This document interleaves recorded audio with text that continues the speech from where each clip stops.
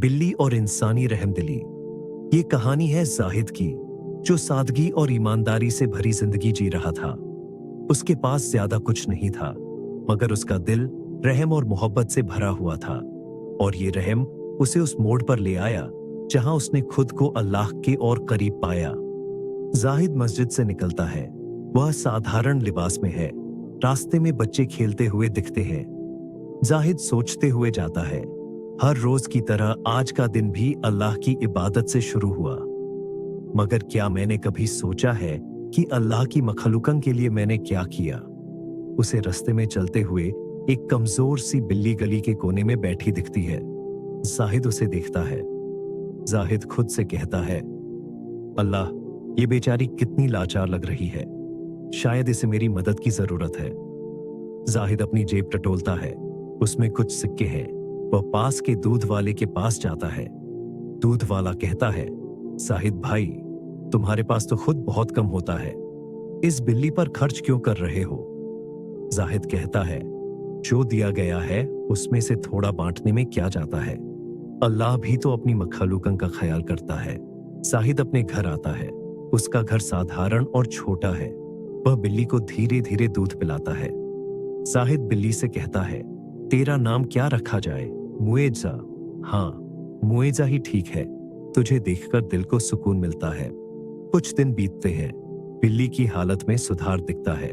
वह जाहिद के पीछे पीछे चलती है। जाहिद बिल्ली से खेलता है, कहता है, मुएजा, तू तो मेरी दोस्त बन गई है। चल, अब से हम दोनों एक दूसरे का ख्याल रखेंगे।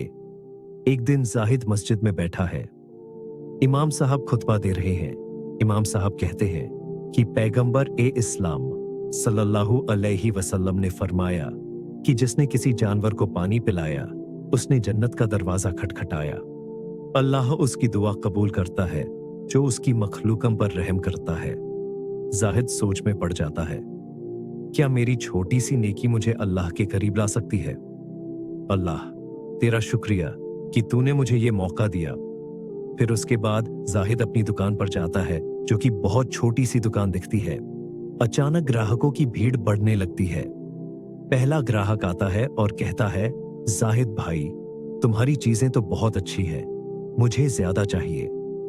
दूसरा ग्राहक आता है और कहता है, तुम्हारे पास जो ईमानदारी है वो कहीं नहीं मिलती, हम तुम्हारे पास ही आया करेंगे।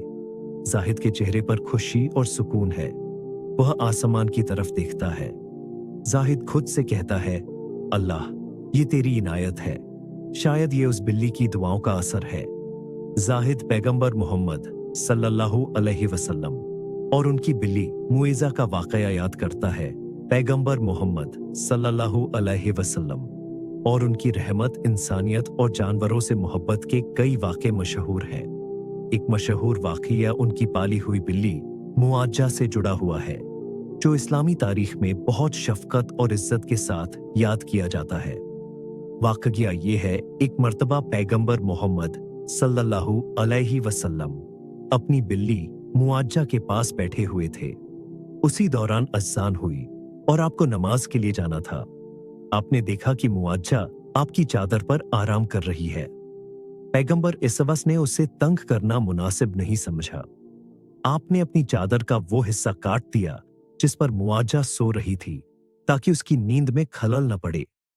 इस वाक़ये से यह पता चलता है कि पैगंबर सवैस की रहमत और जानवरों के साथ शफकत का क्या मर्तबा था। इस्लाम में तमाम मखलूकात, अल्लाह की बनाई हुई चीजों से अच्छा सलूक करना बहुत अहम है। पैगंबर सवैस ने हमेशा जानवरों के साथ रहमत और दयालुता का बर्ताव करने की तालीम दी। ये वाक़या हमें यह सिखाता है कि हर मखलूका का एहतराम और ख्याल करना चाहिए और उनकी सहूलत को अपनी सहूलत पर तरजीह देना चाहिए। पैगंबर कहते हैं कि जानवरों पर रहम करो, क्योंकि वो अल्लाह की मखलूकन है। एक बिल्ली को तकलीफा देने वाला शख्स जहन्नम का हकदार हुआ और एक प्यासी बिल्ली को पानी पिलाने वाला जन्नत का। जाहिद इस वाक़े को याद करते हुए गहरी सांस लेता है। जाहिद सोचता है, क्या मैं भी उस इंसान की तरह जन्नत का हकदार बन सकता हूं? फिर वो अपने घर जाता है, बिल्ली के साथ बैठता है। बिल्ली उसके पैरों के पास बैठी है। वह उसे प्यार से सहलाता है। जाहिद कहता है, मुएजा, तूने मुझे सिखाया कि नेकी का मतलब सिर्फ देना नहीं बल्कि दिल से देना है। शायद तू मेरी जिंदगी का सबसे अच्छा हिस्सा है। कहानी का सबक।